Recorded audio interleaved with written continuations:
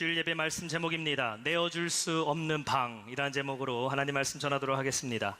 오늘 이제 대림절 두 번째 주일을 우리가 맞이하고 있습니다. 우리를 구원하시기 위해서 이 땅에 오실 그 예수님 우리가 기억하면서 우리 날마다 주님을 묵상하는 그런 시간들 되시기를 바랍니다. 여러분, VIP라는 말 들어보셨을 겁니다. VIP. 좋은 호텔이나 혹은 레스토랑에 가게 되면요, 이 VIP를 위한 좌석이 준비되어 있습니다. 유명한 레스토랑일수록 찾는 사람이 많겠죠. 아주 사람들이 많이 줄을 서서 거기 들어가서 먹으려고 오랫동안 시간을 기다리면서 줄을 서 있지만요, 밖에 사람들이 줄이 아무리 길어도 절대로 그 사람들을 자리로 들여버리지 않는 그 자리가 있습니다. 그것은 바로 VIP, 특별한 손님을 위한 자리입니다.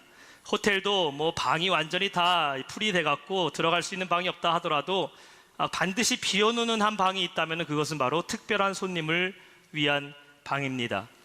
비행기를 탈 때에도 VIP가 타는 좌석이 있더라고요. 이코노미 좌석에서 사람들이 그냥 붐비면서 좁게 앉아 있을 때도 이 VIP가 타는 좌석은요, 비워놓은 상태로 비행기가 출발하게 됩니다. 퍼스트 클래스가 될 수도 있고 비즈니스 클래스가 될 수도 있는데, 가끔 비행기 타다 보면 그런 생각이 들 때가 있어요. 저기 이렇게 비오는 자리에 내가 가서 좀 앉아서 편하게 가면 좋은데, 어차피 아무도 안 앉을 자리에 좀 앉게 해주면 얼마나 좋겠나 하면서 승무원에게 나 저기 가서 좀 앉게 해주면 안 되냐 그러면은 냉정하게 얘기합니다. 거기는 VIP를 위한 자리입니다. 그래서 아무리 여러분이 때를 써도요, 차라리 그 자리를 비워놓고 비행기가 출발하지 절대로 그 자리에는 앉을 수 있도록 하지를 않습니다. 왜냐하면 거기는 VIP를 위한 자리이기 때문입니다. VIP를 영어로 얘기하자면요, 약자인데요, Very Important Person이라는 뜻입니다. Very Important Person, 대단히 중요한 사람이라는 의미겠지요. 그래서 이 VIP라고 말을 하면요, 사실 우리가 생각할 때에 돈이 많거나 높은 자리에 있는 사람이 VIP다라는 의미를 사실 갖고 있는 것은 아닙니다. 말 그대로 중요한 사람, 그 자리에서 어떠한 그 사건에서 주인공이 되는 사람을 VIP라고 얘기를 합니다. 한국에서 차량을 탈 때 보면요, 자동차를 탈 때에 이 VIP나 혹은 이제 내빈을 모실 때 보면요, 어디에 주로 자동차에서 어디에 앉게 합니까? 주로 중요한 분들은요, 운전자의 그 대각선 뒤쪽에 앉게 합니다. 예를 들어서 운전자가 여기 앉아 있으면요, 운전자가 보이는 뒤쪽의 대각선 자리에 이 자동차에서 가장 중요한 분을 앉혀서 운전을 하게 됩니다. 근데 미국이나 유럽 같은 나라들은요, 좀 틀립니다. 미국에서 유럽에서는 만약에 운전기사가 운전을 할 때는 VIP가 대각선 뒤에 앉는 것이 맞는데, 이 자동차의 주인이, 예를 들어서 그 자동차의 주인이 직접 자기 차를 운전하면서 VIP를 모실 때에, 내빈을 모실 때에는 어디에 앉혀야 되냐면은 운전자 옆에 있는 조수석에 자리를 앉게 합니다. 그 자리가 가장 VIP가 앉을 수 있는 최고의 자리입니다. 그래서 제가 이제 미국에 있다가 한국에 들어와서요, 처음 이제 교회에서 부흥회를 하게 됐을 때에 제가 강사 목사님을 모시게 됐습니다. 그래서 제 차로 이제 일찍 강사 목사님을 모셔서 제 차에 이렇게 모시게 되었는데요, 제가 자연스럽게 차에서 내려서 제 오른쪽 옆자리를 열은 다음에 강사 목사님 제 옆에 앉으시죠 이렇게 했더니 당황하시더라고요. 보통 목사님들 뒤에 앉는데 제 옆에 앉으니까 당황하면서 어찌할 바를 몰라 하시는 것을 제가 보면서 이 한국과 미국 문화가 틀리다는 것을 제가 그때 깨닫게 되었습니다. 근데요, VIP가 내가 운전하는 차량에 조수석에 앉아야 되는데, 아무리 유명한 VIP라 하더라도요, 그 사람이 뒷자리로 가야 될 상황이 생깁니다. 그때는 어떠한 상황이냐면은 운전자의 아내가 함께 차를 탈 때는요, 반드시 자기 와이프는 그 어떤 VIP, 어떠한 게스트들보다 가장 중요한 사람이기 때문에 자기 오른쪽에 조수석에 앉히게 된다는 것이죠. 남편분들, 아내들 옆에 앉으시는 것이 여러분이 졸지 않게 깨게 하기 위해서 앉으시는 것이 아니라, 남편분들, 아내가 VIP이기 때문에 여러분 옆으로 잘 모시기를 바랍니다. 어떻게 아내들만 아멘을 하시고 남편분들은 아멘을 안 하시는 거 보니까 다들 사랑하시는 것 같아요. 자, 아내들, 우리 남편분들, 아내들이 여러분의 VIP이시길 바랍니다. 저희 사모가 날카로운 눈빛으로 저를 쳐다보고 있네요. VIP란 말, Very Important Person, 대단히 중요한 사람이라는 것이죠. 자, 그런데 여러분, 오늘 우리가 함께 질문해 봐야 될 것은 무엇일까요?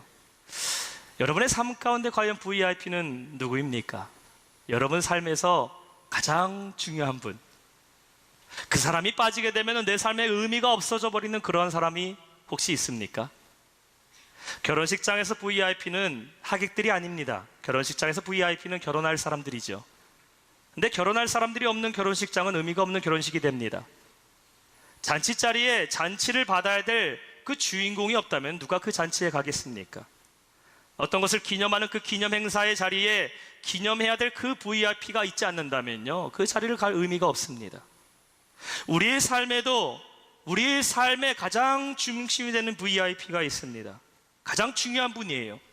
그분이 있어야지만 우리의 삶에 의미가 생기게 되고, 반대로 그 VIP가 내 삶에 있지 않는다면 우리의 삶에 아무런 의미가 없어지게 만들어버리는 그런 사람은 과연 누구입니까? 바로 우리를 구원하신 예수 그리스도인 줄로 믿습니다. 자, 그렇다면 우리가 오늘 말씀을 통해서 한번 생각해 볼 것은 무엇일까요? 왜 예수님께서는 마구간에서 태어나시게 되었을까요? 첫 번째로 우리가 생각할 것은 우리 예수님은 낮은 곳에 오신 예수님입니다. 이스라엘 베들레헴에 가면요, 예수 탄생 기념 교회가 있습니다. 예수님께서 탄생하셨던 장소로 알려진 그 동굴 위에 교회를 세웠어요. 근데 그 교회로 들어가기 위해서는요, 특별한 문을 걸쳐서 들어가야 됩니다. 우리가 오늘 예배드리러 오실 때 여러분 교회 문 열고 들어오시지 않으셨습니까? 그것도 그 교회에 들어가기 위해서 특별한 문을 지나야만 교회에 들어갈 수 있는데요, 그 문이 왜 특별하냐면요, 문의 높이가 이렇습니다. 1.2m예요. 1200cm입니다. 문의 폭이 80cm입니다. 등치가 좀 큰 분들은요, 들어갈라 해도 들어갈 수 없는 높이 120m, 아니 1.2m, 120cm, 폭 80cm에 불과한 아주 작은 문을 고개를 숙이고서만 들어갈 수 있는 그런 문입니다. 근데 이 문의 이름을요, 뭐라고 줬냐면 겸손의 문이라고 줬습니다. The Door of Humility입니다. 겸손의 문. 말 그대로 그렇죠. 여러분 사진 보시면 사람들이 엎드려서만 들어갈 수 있는 문, 겸손해져야지만 들어갈 수 있는 문입니다. 어깨 딱 펴고서 키 큰 사람들 어깨를 자랑하고 키를 자랑하면서 뻣뻣하게 들어갈 수 있는 문이 절대 아닙니다. 키가 크던 작던 덩치가 있던 작던지 간에 누구든지 엎드려야만 들어갈 수 있는 그 문을 그곳에 만들어 놨다라는 것이에요. 왜 예수님이 탄생하신 그 자리에 이런 문을 만들었을까요? 그것은 바로 예수님이 이 땅에 겸손의 왕으로 오셨기 때문입니다. 여러분, 주님은요, 우리의 섬김을 받으려고 오신 분이 아니라 우리를 섬기러 오신 주님이심을 믿으시기 바랍니다. 마태복음 20장 28절에 이렇게 말씀하고 있어요. 인자가 온 것은 섬김을 받으려 함이 아니라 도리어 주님은 우리를 섬기려고 하고 위해서 오셨고, 주님은 자기 자신의 목숨을 많은 사람의 대속물로 주기 위해서 이 땅에 오셨다라고 성경은 말씀하고 있어요. 여러분, 이 땅에 있는 수많은 종교와 기독교의 차이가 뭔지 아십니까? 이 땅의 수많은 종교의 지도자들과 이 땅의 수많은 위인들과 우리 예수님의 차이가 뭔지 아세요? 이 세상의 모든 종교의 지도자들은요, 사람들이 자기를 따르기를 원합니다. 그렇지 않습니까? 종교의 지도자들은 사람들이 자신을 숭배하기를 원해요. 자신을 섬기게 만드는 것이 세상의 종교의 모습입니다. 그들은 절대로 자기의 추종자들에게 희생하지 않습니다. 오히려 자기를 따르는 자들에게 더 희생하도록 만드는 것이 세상의 종교의 모습이에요. 그러나 우리 예수님은 그렇지 않다라는 겁니다. 하나님이신 예수님, 참 신이신 그 하나님이 인간을 위해서 인간의 옷을 입고 이 땅으로 오셨어요. 섬김을 받기 마땅하신 그 하나님이 우리를 섬기기 위해 오셨고, 우리의 희생을 받아야 될 마땅하신 그 하나님이 반대로 우리를 위해서 희생해 주신 분, 그분은 유일한 예수 그리스도밖에 없음을 믿으시기 바랍니다. 예수님은 왕으로 이 땅에 오셨지만 예수님은 왕이십니다. 그러나 주님은 이 땅에서 한 번도 왕처럼 사신 적이 없는 분이에요. 예수님은 오늘 말씀과 같이 태어날 때부터 누일 곳 하나 없는 말구 위에서 태어나셨습니다. 예수님이 십자가에 달려 돌아가실 때에도 예수님의 무덤은 준비되어 있지 않았습니다. 다른 이의 무덤을 빌려서 예수님은 장사를 하셨습니다. 마태복음 8장 20절에 예수께서 이렇게 말씀하셨어요. 예수께서 이르시되 여우도 굴이 있고 공중의 새도 거처가 있으되 인자는 머리 둘 곳이 없다 하시는도다. 예수님은 태어나실 때도 계실 곳이 없으셨고, 이 땅에 살아가실 때에도 거처가 없이 사셨고, 돌아가실 때에도 계실 곳이 없으셨다는 겁니다. 왕이신 그분이 이 땅에서 사셨던 모습을 이사야서 53장 2절과 3절을 이렇게 표현하고 있습니다. 그는 주 앞에서 자라나기를 연한 순 같고 마른 땅에서 나온 뿌리 같아서 고운 모양도 없고 풍채도 없은즉 우리가 보기에 흠모할 만한 아름다운 것이 없도다. 그는 멸시를 받아 사람들에게 버림을 받았으며 강고를 많이 겪었으며 또한 질고를 아는 자라. 마치 사람들이 그에게서 얼굴을 가리는 것 같이 주님은 멸시를 당하였고 우리도 그를 귀히 여기지 아니하였다라고 말합니다. 왕이신 예수님께서 왜 이렇게 낮은 모습으로 이 땅에 오셨을까요? 능력이 없어서 그렇습니까? 정말 계실 곳이 없어서 예수님 말구에서 태어나셨습니까? 그렇지 않습니다. 주님이 낮아지신 이유는 바로 우리를 만나시기 위함입니다. 주님이 이 땅에 오셨을 때 천사가 말합니다. 임마누엘이라 하리라. 임마누엘의 뜻이 무엇입니까? 하나님이 우리와 함께 계시다. 만약에 예수님이 궁궐에서 태어나셨더라면, 우리가 근접할 수도 없고 우리가 만날 수도 없는 그 높은 곳에 계셨더라면 과연 그 하나님이 여러분과 어떻게 함께 할 수 있겠습니까? 임마누엘 하나님은 우리에게 은혜의 말씀입니다. 하나님이 우리와 함께 계시다. 주님이 우리와 함께 하시기 위해서 우리와 같은 낮은 자의 모습으로 오셨고, 주님이 우리와 함께 하기 위해서 우리와 같이 연약한 인간의 모습으로 오셨음을 믿으시기 바랍니다. 주님이 낮은 자의 자리에 오셨기 때문에 주님은 우리의 고통을 너무나 잘 알고 있다는 것이에요. 여러분, 아파본 사람이 아픈 사람의 마음을 알더라고요. 굶주려본 사람이, 고생해본 사람이 가난이 얼마나 고통스러운지를 알 수 있습니다. 억울한 일을 당하고 누명을 써본 사람이 사람에게 고통받는 것이 무엇이고 같은 고통 속에 있는 그 사람의 마음을 이해할 수가 있어요. 우리 예수님은 우리를 포기하기 위해서, 우리의 참 목자가 되시기 위해서 주님은 스스로 고통당하시고 스스로 낮은 곳에 오신 주님이심을 믿으시기 바랍니다. 그렇기 때문에 우리 주님이 여러분에게 이렇게 말씀하시는 거예요. 마태복음 11장 28절에 수고하고 무거운 짐진 자들아 다 내게로 오라. 내가 너희를 쉬게 하리라. 여러분의 인생이 그 어떤 비참한 속에 있다 할지라도 주님은 여러분을 초대하시며 여러분과 함께 하시고 우리를 받아주시는 그 주님이심을 믿으시기 바랍니다. 말씀의 뒤번째, 우리 주님은 어떻게 오셨습니까? 우리 주님은 생명의 양식으로 오신 예수님입니다. 우리 7절 다시 보시면은 중간에 이렇게 말씀하고 있습니다. 첫 아들 낳아 강보로 싸서 구유에 누였으니 라고 말합니다. 구유라는 것은 무엇을 얘기합니까? 동물들이 여물을 먹을 때에 그 음식을 먹는 여물통이 바로 구유입니다. 제가 어렸을 때 기억나는 거 보면은 시골에 가신 할머니 댁에 소를 키웠던 제가 기억이 납니다. 할머니 집에는 소가 한 마리 있었는데요, 이른 새벽에 할머니가 항상 일어나시면 가장 먼저 하는 게 있습니다. 가장 먼저 하시는 게 뭐냐면은 이 아궁이에 불을 떼기 시작합니다. 그리고 소죽을 끓이시기 시작해요. 뜨거운 물을 부신 다음에 새벽 4시부터 소죽을 끓이기 위해서 물을 끓이시고, 물이 끓어오르기 시작하면은 잘라놨던 볕단을요 그 소죽 삶는 가마솥 안에 집어넣습니다. 여러 가지 콩 껍데기도 집어넣고 소가 좋아하는 것들 다 집어넣어서요 한참을 끓이시기 시작해요. 그러면요 벌써 구수한 냄새가 거기서 나기 시작합니다. 그래서 저한테 얘기해요. 너 이거 절대 먹지 말라고. 이거 소가 먹는 거라고.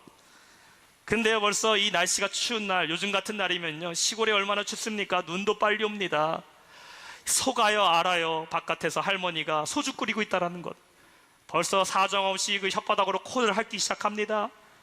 이제 소죽을 다 끓인 다음에요 조금 식힌 다음에 할머니가 그걸 어디다 부어요? 소 여물통에다 부어버립니다. 그 위에 부어요. 그러면 소가 얼마나 그걸 맛있게 먹는지 그냥 추운 겨울에 씩씩대면서 그 여물을 열심히 먹기 시작합니다.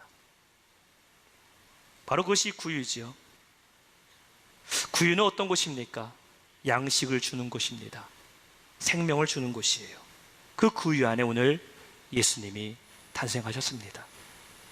누가복음 2장 12절에는 이렇게 말씀하고 있어요. 누가복음 2장 12절 보니까 너희가 가서 강보에 쌓여 구유에 누워있는 아기를 보리니 이것이 너희에게 표적이니라 하더니, 들에서 양떼를 지키던 목자들에게 천사가 나타났습니다. 그리고 메시아가 나타나셨음을, 메시아가 탄생하셨음을 그들에게 말해요. 그리고 너희는 가서 이 메시아께 경배하되, 그 메시아가 어디 있다고요? 구유에 누워있는 그 아기를 보리니 그가 바로 너희의 메시아고 표적이라고 얘기합니다. 그리고 16절에 가면 또다시 구유라는 말이 나와요. 빨리 가서 마리아와 요셉과 구유에 누인 아기를 찾아서 라고 말합니다. 목자들이 달려갑니다. 그리고 가장 먼저 누구를 찾게 됩니까? 구유에 누인 아기를 찾았다라는 겁니다. 예수님의 탄생을 설명하면서 왜 이 누가복음의 저자는 계속해서 예수님을 표현할 때에 구유에 계신 예수님을 강조하고 있습니까? 3번이나 강조하면서 얘기합니다. 여러분, 우리 예수님이 우연히 구유에 누이신 것이 아니에요. 마국간에 갔는데 예수님 누일 곳이 거기밖에 없어서 우연히 구유에 누웠다면은 굳이 성경에 3번씩이나 구유에 누이신 예수님을 강조할 이유가 없습니다.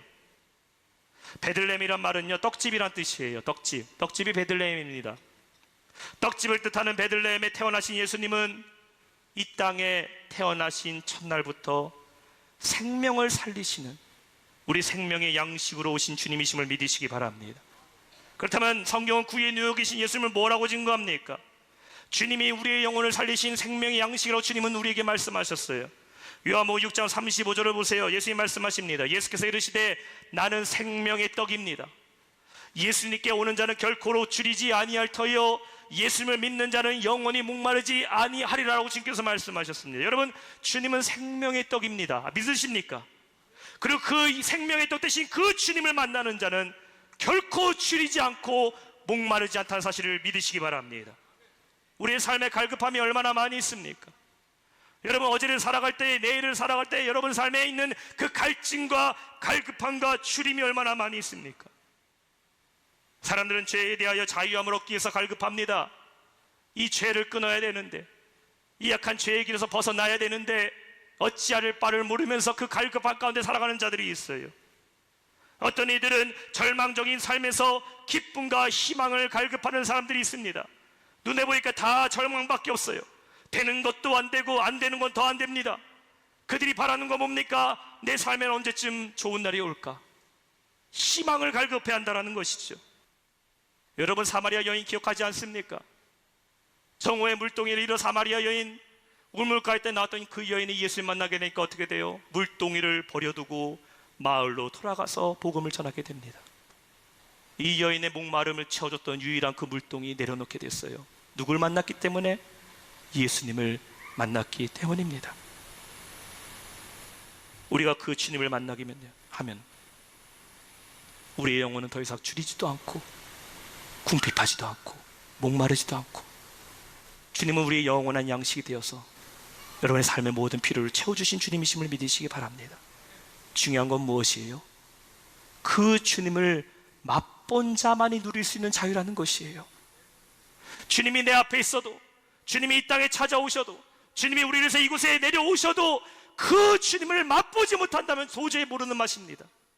사랑하는 성도 여러분, 여러분의 생명의 양식 되신 그 주님 만나시기를 주님의 이름으로 축원합니다.